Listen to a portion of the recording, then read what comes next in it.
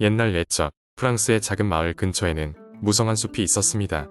그 숲 속에는 여러 종류의 동물들이 살고 있었으며 그 중에는 특별한 고양이 펄루팡도 살고 있었습니다.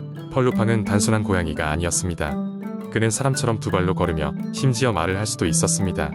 그를 특별하게 만든 또 다른 점은 그의 발에 항상 신겨있는 멋스러운 장화였습니다. 어느 날 그의 주인, 가난한 방앗간 주인의 막내 아들이 유산으로 고양이를 받게 되었습니다. 아이는 처음에 실망했지만 이내 펄루팡이 특별한 능력을 가진 고양이라는 사실을 알게 되었습니다. 펄루팡은 자신의 주인을 위해 숲속에서 재치를 발휘하기로 결심했습니다. 펄루팡은 주인을 위해 한 계획을 세우기 시작했습니다. 그는 먼저 큰 토끼 한 마리를 사냥하여 왕에게 선물로 바쳤습니다. 왕은 이 특별한 선물에 매우 기뻐했고 펄루팡의 주인에게 관심을 갖기 시작했습니다. 펄루팡은 계속해서 사냥을 하며 여러 동물들을 왕에게 바쳤고 매번 자신의 주인을 마르퀴스라고 소개했습니다. 그리고 어느 날 펄루팡은 그의 계획에 절정에 도달할 차례가 되었음을 느꼈습니다. 그는 주인에게 강가에서 목욕을 할 것을 권유했습니다. 그동안 펄루팡은 왕의 마차를 멈추고 도움을 요청했습니다. 아, 왕이시여. 저의 주인 마르퀴스가 그만 도둑들에게 옷을 모두 빼앗겼습니다. 강을 지나던 중에 생긴 일이랍니다. 왕은 이 말을 듣고 놀라 자신의 가장 좋은 옷 중 하나를 마르퀴스에게 주도록 했습니다. 왕은 이 마르퀴스와 그의 고양이를 더욱 궁금해했고 저녁 만찬에 초대했습니다. 펄루팡은 멋진 계획을 세우고 있었는데 그 지역을 다스리는 거대한 거인을 속여 그가 살던 성을 획득하도록 했습니다. 펄루팡은 거인을 방문하여 거의 불가능해 보이는 도전들을 거인에게 제시하여 이겼습니다. 예를 들어 펄루팡은 거인에게 작은 쥐로 변신할 수 있냐고 물었고 거인은 이를 가볍게 여겨 쥐로 변신했습니다. 그 순간 펄루팡은 그 쥐를 잡아먹어 버렸습니다. 펄루팡의 절묘한 계략 덕분에 그의 주인은 성을 손에 넣고 정당한 마르퀴스로서 왕과 더불어 권위 있는 자리에 오르게 되었습니다. 그리고 펄루팡은 그의 특별한 장화와 함께 다시 행복한 생활로 돌아갔습니다. 그때부터 마을 사람들은 펄루팡의 이야기와 그의 지혜로운 행보를 전하게 되었고 그는 그 시대의 전설로 남게 되었습니다. 그의 이야기는 세대를 지나며 프랑스 전역으로 퍼져나갔습니다. 이렇게 장화신은 고양이와 그의 주인은 프랑스 동화 속에서 언제나 기억될 것입니다. 두 번째 이야기. 옛날 옛적 프랑스의 작은 마을 모르봉트에 사는 소녀 클레어가 있었다. 클레어는 마을의 남쪽 끝에 있는 숲을 광야와 대륙으로의 경계선처럼 여겼다. 어느 날 그녀는 자신의 부모님과 함께 어렵게 살아가면서도 언제나 밝고 긍정적인 미소를 잃지 않았다. 클레어는 듣기만 해도 마음이 편안해지는 아름다운 음악을 연주할 수 있는 재능을 가졌다. 그녀는 마을의 축제에서 친구들과 함께 음악을 연주하며 즐거운 시간을 보내곤 했다. 어느 날 클레어는 우연히 숲의 가장 깊은 곳을 탐험하다가 반짝이는 붉은 플루트를 발견했다. 그 플루트는 신비로운 빛을 발하며 마치 클레어를 부르는 것 같았다. 클레어는 조심스럽게 플루트를 집어들었고 손에 닿는 순간 그녀는 몸 안으로 흐르는 따뜻한 기운을 느꼈다. 플루트를 입에 대고 연주하기 시작하자 놀라운 일이 벌어졌다. 숲의 나무들이 생명력을 되찾고 하늘에서는 무지개가 떠올랐으며 동물들은 춤을 추기 시작했다. 그녀는 그 플루트의 마법적인 힘에 감명을 받았고 그날 밤 부모님과 마을 사람들에게 그 이야기를 들려주었다. 하지만 아무도 그녀의 말을 믿지 않았다. 클레어는 낙심하지 않고 플루트를 연주하며 복잡한 감정을 노래로 표현했다. 그녀의 연주는 마을의 밤하늘을 수놓았고 점차 마을 사람들은 그녀의 음악에 귀를 기울이기 시작했다. 어느 날 이웃 마을에서 사악한 마법사가 클레어의 플루트를 훔치기 위해 찾아왔다. 그 마법사는 그 플루트를 이용해 세상을 혼돈에 빠뜨리려 했다. 클레어는 마법사를 마주쳤고 두 사람은 치열한 음악 대결을 펼쳤다. 그 과정에서 클레어의 마음속 순수함과 긍정적인 에너지는 플루트를 통해 더욱 강력한 빛을 발하게 되었고 마법사는 그 빛에 휩싸여 결국 자신의 죄를 뉘우치게 되었다. 이 사건 이후 사람들은 클레어의 음악을 더욱 사랑하게 되었고 클레어는 마법의 플루트를 통해 많은 사람들에게 희망과 기쁨을 선사했다. 마법의 플루트는 클레어에게 감사의 선물로 남겨졌고 클레어는 플루트를 연주하며 사람들에게 사랑과 평화의 메시지를 전했다. 그리고 클레어의 음악은 먼 미래에도 전설로 남게 되었다. 그날부터 클레어는 마을 사람들이 부르는 빛의 소녀가 되어 그녀의 음악과 함께하는 모험은 더욱더 큰 기적을 만들어냈다. 세 번째 이야기.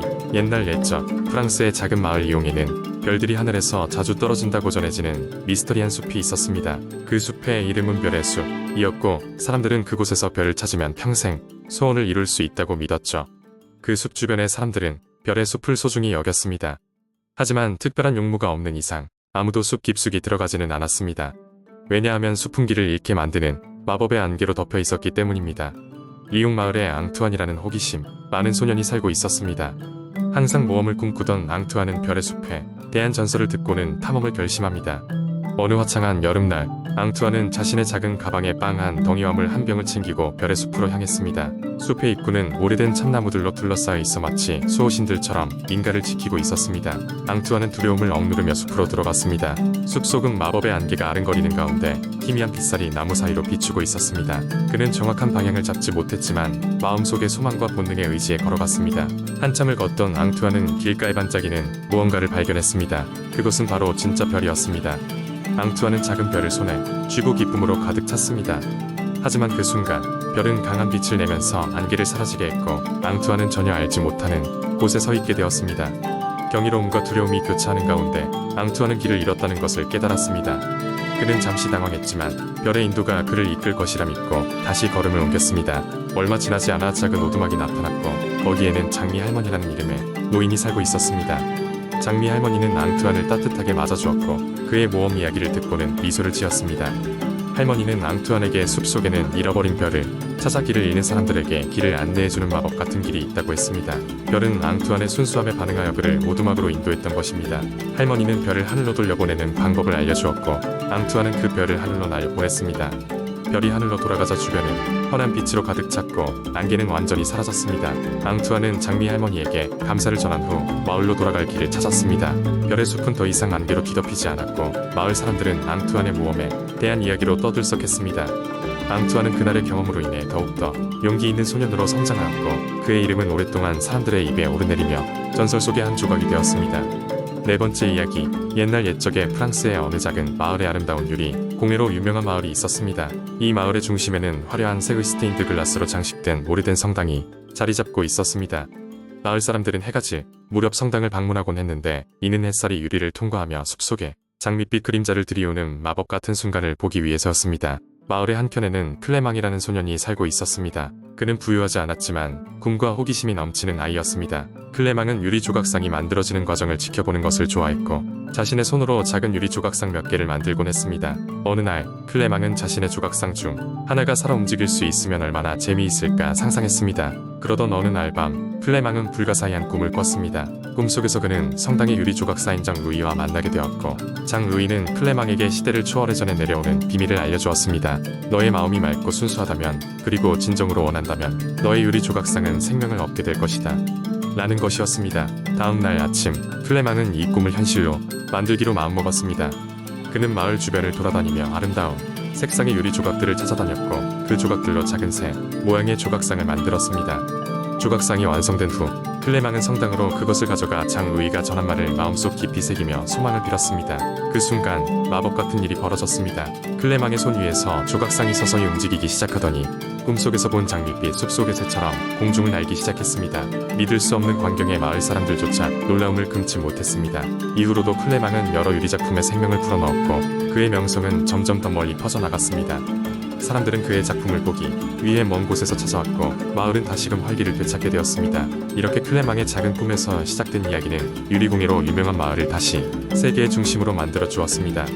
결국 클레망은 장 루이의 후계자로서 이름을 날렸고 그의 작품 속 새들은 여전히 장밋빛 숲속을 자유롭게 날아다니며 사람들에게 희망과 기쁨을 전해주고 있다고 합니다. 그리고 마을의 전설로 남아 많은 이들이 성당 속 장밋빛 유리의 아름다움을 보러 오곤 했습니다.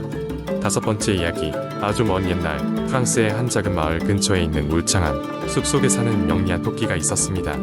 이 토끼의 이름은 미셸이었고 그는 다른 친구들과 달리 호기심이 많고 탐구심이 강했습니다. 숲에는 여러 동물들이 있었으며 이들 모두는 숲 깊은 곳에 감춰진 신비로운 비밀에 대해 소문을 들어왔습니다.